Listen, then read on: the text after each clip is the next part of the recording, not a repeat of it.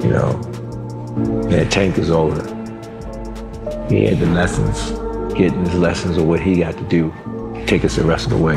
And you pull up with, we ain't see Calvin. Yeah, Calvin was there. Okay, Calvin was there. Okay, I think he came a little late though. I spoke to him. During Gervonta Davis's recent fight against Lamont Roach Jr., a leaked audio clip captured a tense exchange between Davis and his trainer Calvin Ford in the corner between rounds as Ford attempted to wipe sweat from Davis's face and offer instructions. Davis interrupted, exclaiming, "You got to stop and listen to me." This moment highlighted a rare public display of frustration from Davis towards his longtime trainer, suggesting possible communication issues during the bout. The incident added to the night's controversies, including a disputed ninth-round sequence where Davis took a knee citing hair grease in his eyes, which was not ruled a knockdown by the referee.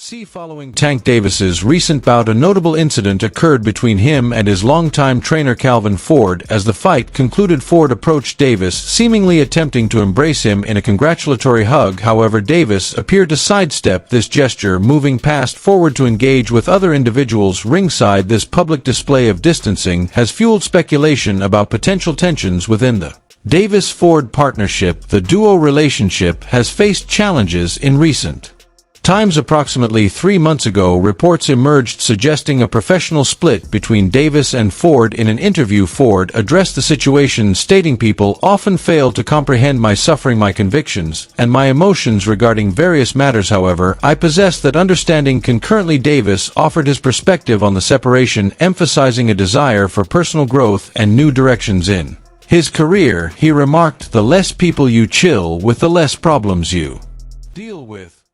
Tank don't fuck with Coach Cal. When Tank was walking up, it looked like Coach Cal was about to give him that hug like you always do, and Tank just brushed him off like, "Fuck out of here, nigga." Oop, excuse me. Fuck out of here, nigga. Now it seems like Coach Cal on point, so you're not paying Tank no mind. And Tank go over here, he go to this nigga, and watch this shit that he do. He gonna lift his jacket up, and like, our conversation is a secret, I don't want him to hear it. Type shit. Like, yo, what's up with Coach Cal and Tank? They really don't fuck with each other? Like, what? And he brush him off again, like, "Don't touch me" type shit. Like, you see?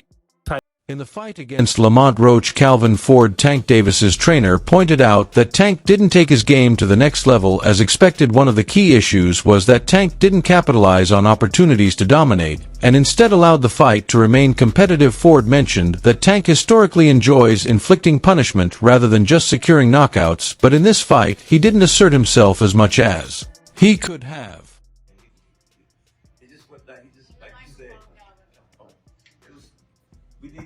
We looked at 3 rounds. Brian was called out, "Yo, I need 3. We got 1. I need 2. We got the 2." But he forgot where he was at. He thought he was still in the 8th round. He thought he still had rounds to go.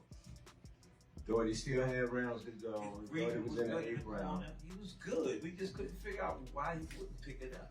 Right. Roach, on the other hand, stepped up and showed his skill, making the fight more challenging. Ford noted that both fighters were taking calculated risks, but Tank didn't push the pace or impose his will in the way he had in previous fights. There were moments where he could have done more to separate himself from Roach, but instead the fight remained close. Ford seemed to suggest that sometimes a tough fight is necessary to refocus and get back to the level where Tank belongs. Ultimately, Ford acknowledged Roach's preparation and resilience, highlighting that he took shots that would have hurt most fighters. However, the takeaway was that Tank could have done more to secure a clearer victory, rather than allowing the fight to be as close as it was.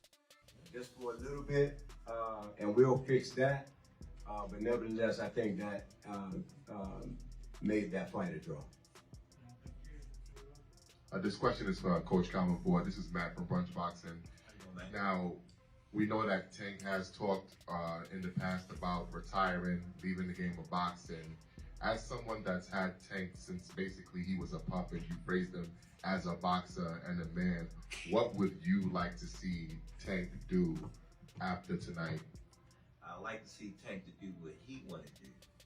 said at the last press conference. Y'all gotta understand, them guys been doing it since they blew it. This might energize it again. Oh yeah. In fact, he backstage right now talking about he want a rematch. So, backstage, you want to go to the gym right now. yes, that's what he said. So I think that retirement stuff's done. Yeah, so.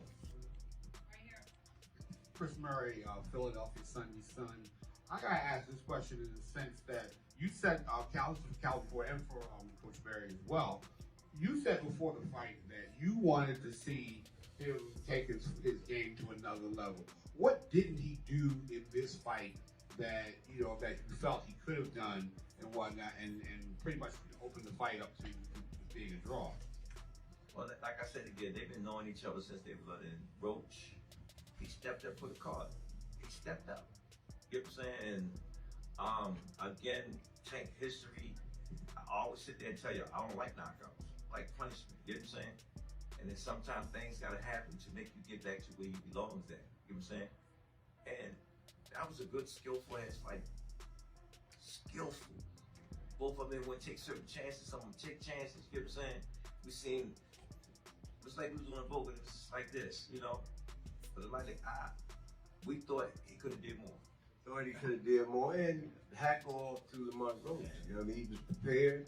Yeah. There were shots that he took that the average person would have went out on, and he took pretty much. Tank was setting on the uppercut, and he threw it, and he was able to catch some of those uppercuts. So yeah, you got to give him credit.